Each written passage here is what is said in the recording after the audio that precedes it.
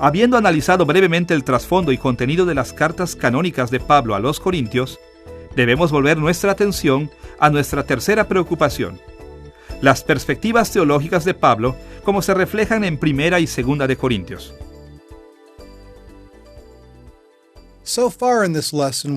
Hasta ahora en esta lección hemos analizado varios problemas específicos que Pablo abordó en Primera y Segunda de Corintios. Y hemos insinuado que el escaso entendimiento de los corintios sobre la escatología influyó significativamente en todos estos problemas. Así que volveremos nuestra atención a la manera en que Pablo usó su doctrina de los últimos días o su escatología para corregir a su audiencia. Como lo hemos notado a lo largo de estas lecciones, la escatología de Pablo estaba arraigada a las perspectivas judías comunes en el plan de Dios para la historia. Durante el primer siglo, el conocimiento judío dominante era que el Antiguo Testamento dividía la historia en dos eras: esta era y los tiempos venideros. Esta era se refería a la era presente de pecado, juicio y muerte, mientras que los tiempos venideros se referían a la era futura de el último juicio y las bendiciones, las últimas bendiciones para el pueblo de Dios y el último juicio contra sus enemigos. El evento que marcó la transición entre las eras fue la venida del Mesías o Cristo. Cuando el Mesías vino, se pensó que él finalizaría esta era y empezaría los tiempos venideros. Claro, los seguidores de Cristo, como Pablo y los otros apóstoles, reconocieron que la historia no se había desplegado precisamente de la manera en que la teología judía lo suponía. No había duda de que Jesús era el Mesías, y él inauguró los tiempos venideros. Pero él no cumplió todas las bendiciones prometidas en su totalidad. Para abreviar, vivimos en un tiempo en el que los tiempos venideros de la salvación eterna ya están aquí de alguna manera, pero todavía no de otra. Este es un tiempo en el que la era presente y los tiempos venideros existen simultáneamente. Durante esta intersección de las eras, aunque nosotros disfrutamos de muchas bendiciones de los tiempos venideros, también debemos reconocer la pelea y penalidad que aún existe en la era de pecado y muerte. Pablo supo que este modelo de escatología creó dificultades a la iglesia primitiva porque los dejó en duda de cuánto de los tiempos venideros ya estaba presente. En las lecciones anteriores hemos visto que algunos creyentes tomaron posiciones extremas en este asunto. Por ejemplo, Tesalonicenses desarrolló lo que nosotros llamamos escatología sobreentusiasta, creyendo que en el futuro inmediato Jesús anularía la era presente y consumaría los tiempos venideros en toda su plenitud. Como resultado, ellos consideraban que la vida en esta era realmente no tenía ninguna importancia. Los Gálatas, por su lado, actuaron como si los tiempos venideros no hubieran llegado de ninguna manera significativa. Nosotros etiquetamos su error como escatología minimizada. Conforme veamos de cerca los problemas en Corinto y a las respuestas de Pablo hacia ellos, veremos que los corintios también habían fallado grandemente en la evaluación del plan de las eras. En sus mentes, la era presente de pecado y muerte había dejado de existir por completo, dejándolos en libertad de disfrutar la plenitud de la dádiva de los tiempos venideros. Su error estaba dentro de una escatología sobrerealizada. Así que, mientras Pablo habló de problemas específicos en su iglesia, les enseñó cómo evaluar y vivir sus vidas propiamente durante la transición del ya y el todavía no. Aunque Pablo se dirigió a los problemas de los corintios de muchas maneras, nos enfocaremos en tres elementos de su escatología que aparecieron con regularidad en estas cartas: la fe, sobre todo con respecto a la superioridad de Cristo; la esperanza en el futuro y no en el mundo presente; y el amor como un elemento crucial del vivir cristiano. Primero, veamos la forma en que Pablo dio énfasis a la superioridad de Cristo para curar los desequilibrios en la fe de los corintios. En esta lección hemos visto que el orgullo de los corintios y su arrogancia causaron muchos problemas en la iglesia. Principalmente, esta arrogancia se desarrolló porque los corintios habían perdido su vista de la exaltación de Cristo como Señor sobre todo y Cristo como Salvador de todo. Con respecto al señorío de Cristo, Ellos le quitaron énfasis a su papel de la consumación y el gobierno de su reino. Algunos corintios cristianos actuaban como si Cristo hubiera traído el reino de Dios en prácticamente toda su plenitud para que ellos ya disfrutaran de muchas, si no es que de la mayoría de las bendiciones eternas que Dios tiene en mente para los creyentes. También actuaron como si Jesús los hubiera puesto como gobernantes sobre su reino terrenal recientemente establecido. Esto parece haber sido sobre todo la opinión de aquellos corintios que manejaron la autoridad en la iglesia. Imaginaron que Cristo les había dado este poder porque ellos eran más sabios y más espirituales que los demás. Escuche la manera en que Pablo los reprendió por esta manera de pensar en 1 Corintios capítulo 4, versículos 7 al 10. Porque, ¿quién te distingue? ¿O qué tienes que no hayas recibido? Y si lo recibiste, ¿por qué te glorías como si no lo hubieras recibido? Ya estáis saciados, ya estáis ricos, sin nosotros reináis. Y ojalá reinaseis para que nosotros reinásemos también juntamente con vosotros.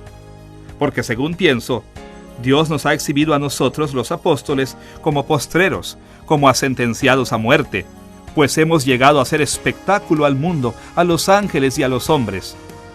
Nosotros somos insensatos por amor de Cristo, mas vosotros prudentes en Cristo. Nosotros débiles, mas vosotros fuertes. Vosotros honorables, mas nosotros despreciados. En este pasaje, Pablo se burló de la manera tan arrogante de pensar de estos corintios. Ellos pensaban que habían merecido un estatus y la honra, pero de hecho era Cristo quien les había dado estas cosas. Ellos sabían que los seguidores fieles de Cristo reinarían en la tierra restaurada con Él un día, pero pensaban tontamente que su reino ya había empezado, aunque Cristo aún no hubiera vuelto como rey. Y exigieron para ellos mismos sabiduría, fuerza y gloria que realmente pertenecían solo a Cristo.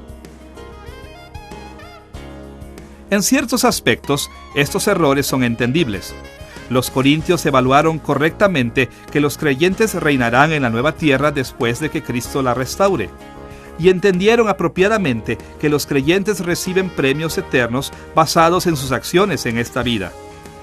Ya que ellos creyeron que el estado final del reino estaba básicamente a la mano, era natural que pensaran que ya habían sido glorificados y habían recibido ya sus premios. Es más, como Cristo no había sido visto en este supuesto reino restaurado, era fácil para ellos tomar su papel y continuar como gobernantes. Pero fueran o no sus errores entendibles, no eran aceptables. De hecho, ellos estaban descargando el estrago en la iglesia, deshonrando y dañando grandemente a esos creyentes que no estaban en posiciones de influencia. Así que, para corregir este problema, Pablo dio énfasis al hecho de que no se había comprendido la era de los tiempos venideros todavía en toda su plenitud. Nadie había comenzado a reinar. Todos seguían esperando el regreso de Cristo. Los corintios tampoco exaltaron a Cristo al devaluar su papel como Salvador. Específicamente, ellos pasaron por alto el hecho de que solo a través de la unión con Cristo los creyentes reciben las bendiciones de los tiempos venideros, incluso los regalos espirituales y el honor. A través de la unión con Cristo, los creyentes comparten la identidad y el mérito de Cristo. Y debido a esto, Dios los ve como si ellos fueran el mismo Cristo para concederles el estatus, el honor y los dones que disfrutan en la iglesia. Pero en las mentes de muchos corintios, los dones y el honor eran ganados por creyentes individualmente. Ellos pensaban que si un cristiano tenía influencia y estatus, era porque esa persona merecía tales cosas. Y si a un creyente le faltaba tal prominencia terrenal, sería porque era un cristiano inferior. Así que Pablo respondió a este error dando énfasis a otro aspecto de su escatología que resaltaba la importancia de Cristo, llamada la doctrina de la unión entre Cristo y los creyentes. Escuche la manera en que Pablo lo explicó en 2 Corintios capítulo 5, versículos 15 al 17. Y por todos, Cristo murió, para que los que viven ya no vivan para sí, sino para aquel que murió y resucitó por ellos. De manera que nosotros de aquí en adelante a nadie conocemos según la carne. De modo que si alguno está en Cristo, nueva criatura es. Las cosas viejas pasaron, he aquí todas son hechas nuevas. Pablo insistió que los creyentes no se evaluaran a sí mismos o a otros según las normas de la carne o mundanas. Más bien, él quería que vieran a todos los creyentes como personas que están unidas a Cristo y mostrarse entre sí el honor y amor que mostrarían al Señor. Escuche su consejo en esta materia en 1 Corintios capítulo 8, versículos 11 y 12. Y por el conocimiento tuyo se perderá el hermano débil por quien Cristo murió. De esta manera, pues, pecando contra los hermanos e hiriendo su débil conciencia, contra Cristo pecáis. Pablo enseñó que, debido a que los creyentes están unidos a Cristo, pecar contra un creyente es pecar contra Cristo. Y levantó el mismo tipo de argumento cuando enseñó que el privilegiado no debía avergonzar al pobre durante la cena del Señor. En 1 Corintios capítulo 11, versículos 24 al 27 escribió: Y habiendo dado gracias, lo partió, y dijo: Tomad, comed, esto es mi cuerpo que por vosotros es partido. Haced esto en memoria de mí. Asimismo, tomó también la copa después de haber cenado, diciendo: Esta copa es el nuevo pacto en mi sangre. Haced esto todas las veces que la bebiereis en memoria de mí. De manera que cualquiera que comiere este pan o bebiere esta copa del Señor indignamente, será culpado del cuerpo y de la sangre del Señor. Pablo recordó a los corintios que Jesús se había dado para todos ellos, no solo para el adinerado y poderoso. Y les recordó que era solo por medio de Cristo que todos los creyentes tenían igualdad, que habían recibido las bendiciones de los tiempos venideros. Finalmente, aclaró que participar en la cena de una manera indigna, esto es, maltratando a los pobres u otros creyentes durante la cena, era pecar contra el propio Jesús. Pablo continuamente señaló la unión con Cristo como una base para honrar, valorar y ministrar a otros creyentes. Él hizo esto en 1 Corintios capítulo 12, versículo 12, cuando escribió que los creyentes se necesitan entre sí, del mismo modo que las partes del cuerpo humano se necesitan. Lo hizo de nuevo en 2 Corintios capítulo 1, versículo 5, cuando animó a los creyentes a que compartieran la paz de Cristo. Nos faltaría tiempo si mencionáramos cada manera en la que Pablo expuso estas ideas en sus cartas a la iglesia en Corinto, por lo que tendremos que estar satisfechos con resumir su pensamiento de esta manera. Los creyentes participan en las bendiciones de los tiempos venideros solo por medio de la unión con Cristo. Cuando nosotros reconocemos esto, podemos dar la gloria apropiada a Cristo y podemos evitar muchos pecados arraigados en la arrogancia. Una segunda manera en la que Pablo intentó corregir la escatología de los corintios fue recordándoles la naturaleza provisional de sus bendiciones en el mundo presente. Aunque los corintios disfrutaban de muchas bendiciones de los tiempos venideros, la era presente de pecado y muerte aún no había terminado. Por ejemplo, en 1 Corintios capítulo 7, versículo 31, Pablo escribió: «Porque la apariencia de este mundo se pasa». E hizo una declaración similar en 1 Corintios capítulo 2, versículo 6, cuando escribió: «Hablamos sabiduría entre los que han alcanzado madurez, y sabiduría no de este siglo, ni de los príncipes de este siglo que perecen». Y en 1 Corintios capítulo 15, versículo 50, agregó: «Pero esto digo, hermanos, que la carne y la sangre no pueden heredar el reino de Dios, ni la corrupción hereda la incorrupción». Claro que los corintios sabían que eran de carne y sangre, así que esto les indicaba que no podían en su estado actual recibir todos sus premios eternos. Igualmente, Pablo argumentó en 1 Corintios capítulo 4, versículo 8, «Y ojalá reinaseis», que los corintios no habían empezado a reinar con Cristo todavía. Ese sería otro aspecto de vida en la llenura de los tiempos venideros. Quizás el argumento más largo que Pablo hizo, que aplica directamente a la doctrina de esperanza, puede encontrarse en 1 Corintios capítulo 15. Allí Pablo refutó a aquellos que negaron la resurrección corporal futura de todos los creyentes.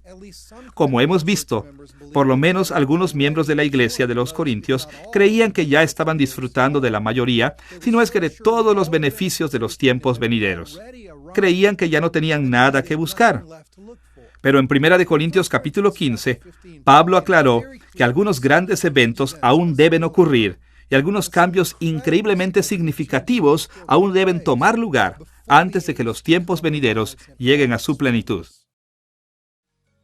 Él resumió estos cambios en 1 Corintios capítulo 15, versículos 22 al 24.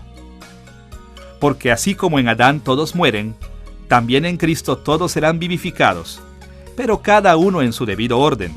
Cristo, las primicias, luego los que son de Cristo en su venida. Luego el fin, cuando entregue el reino al Dios y Padre, cuando haya suprimido todo dominio, toda autoridad y potencia. Los creyentes deben levantarse de la muerte, así como Cristo lo ha hecho, pero su resurrección no tendrá lugar hasta que Cristo vuelva. Entonces pasarán la eternidad con Él en sus cuerpos glorificados. El regreso de Cristo y la resurrección de los creyentes señalarán el fin de estos tiempos con su gobierno, su autoridad y su poder. Como Cristo no había vuelto todavía y la resurrección no había tenido lugar aún, los corintios, a pesar de lo que pensaban, todavía no estaban viviendo en gloria. Tal como lo escribió en 1 Corintios capítulo 15, versículo 19. Si en esta vida solamente esperamos en Cristo, somos los más dignos de conmiseración de todos los hombres. Simplemente hablando de la naturaleza provisional del mundo presente, Pablo esperó darles una perspectiva realista a los corintios en sus vidas y su iglesia, y esperó que esta nueva perspectiva los llevara a arrepentirse de su arrogancia y pecado. La última de las perspectivas teológicas de Pablo que mencionaremos es la importancia del amor. Pensamos en el amor como el resumen de toda la ley de Dios o como el mayor de los mandamientos, pero no como un elemento de escatología. Si bien es cierto que el amor es tan importante en los tiempos actuales como en los tiempos venideros, también es verdad que para Pablo el amor era lo que nosotros podríamos llamar una virtud escatológica, es decir, era un elemento importante en su teología de los últimos días. Por ejemplo, considere el argumento de Pablo sobre el valor permanente del amor encontrado en su famoso capítulo del amor, 1 Corintios capítulo 13. En los versículos 8 al 10 de ese capítulo escribió: El amor nunca deja de ser, pero las profecías se acabarán, y cesarán las lenguas, y la ciencia acabará. Porque en parte conocemos y en parte profetizamos, mas cuando venga lo perfecto, entonces lo que es en parte se acabará. Su punto era que muchos aspectos de la vida en estos tiempos no continuarán cuando los tiempos venideros lleguen en su plenitud. Ni profecía, ni dones de conocimiento servirán de nada cuando las cosas de las que hablan estén justo delante de nuestras caras. De la misma manera, incluso las grandes virtudes cristianas como la fe y la esperanza no tendrán ningún lugar real en la plenitud de los tiempos venideros.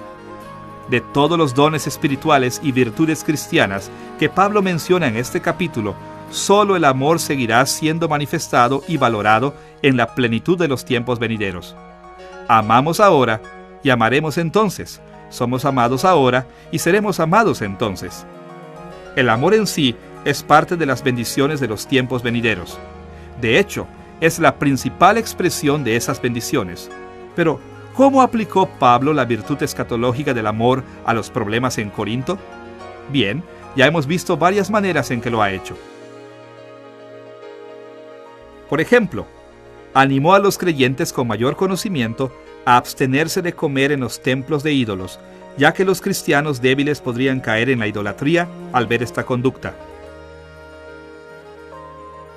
Introdujo el tema con estas palabras en 1 Corintios capítulo 8, versículo 1. En cuanto a lo sacrificado a los ídolos, Sabemos que todos tenemos conocimiento. El conocimiento envanece, pero el amor edifica. En otras palabras, su enseñanza sobre no comer la comida de los ídolos realmente era una enseñanza sobre cómo amar. Pablo también habló fuertemente del amor al defender su posición de apóstol. Por ejemplo, al explicar el por qué ministró de esa manera, escribió en 2 de Corintios capítulo 5 versículos 14 y 15. Porque el amor de Cristo nos constriñe, pensando esto, que si uno murió por todos, luego todos murieron, y por todos murió, para que los que viven ya no vivan para sí, sino para aquel que murió y resucitó por ellos. La manera más explícita en la que Pablo aplicó estas ideas sobre el amor a los problemas en Corinto estaba en sus instrucciones con respecto a los dones espirituales. Aunque el Espíritu Santo había dado dones a los corintios de tremendas maneras, la vanidad de aquellos con los dones más espectaculares, como el de lenguas y de profecía, los llevó a minimizar a muchos que tenían dones menos emocionantes. Y una de las maneras en que Pablo esperaba remediar esta situación era señalando que todos los dones, espectaculares o no, son inútiles e incómodos si no se ejercen en el amor. Como escribió en 1 de Corintios capítulo 13, versículos 1 al 2. Si yo hablase lenguas humanas y angélicas, y no tengo amor, vengo a ser como metal que resuena, o címbalo que retiñe. Y si tuviese profecía, y entendiese todos los misterios, y toda ciencia, y si tuviese toda la fe, de tal manera que trasladase los montes, y no tengo amor, nada soy. La profecía, las lenguas, el conocimiento sobrenatural y la fe trabajando en milagros, todos parecen impresionantes si se ven desde un punto de vista mundano, pero en realidad son dados para el beneficio espiritual de los creyentes, no para un valor mundano ni para experimentar placer. A menos que sean usados en amor, los dones espirituales no traen bendiciones espirituales. Solo al usarse en amor, estos dones han mitigado el sufrimiento y la muerte de estos tiempos, permitiendo a la Iglesia participar en las bendiciones de los tiempos venideros. En esta lección hemos visto cómo Pablo respondió a los problemas que surgieron en la iglesia de Corinto. Hemos revisado el trasfondo de su relación con esta iglesia, así como el contenido de sus cartas canónicas. Finalmente, hemos visto cómo Pablo aplicó el corazón de su teología a sus problemas, llamando a los creyentes a reevaluar su sobrerealizada escatología y por lo tanto a arrepentirse de su pecado, aprender la humildad, honrarse entre sí y esforzarse y tener esperanza en el futuro del reino de Dios.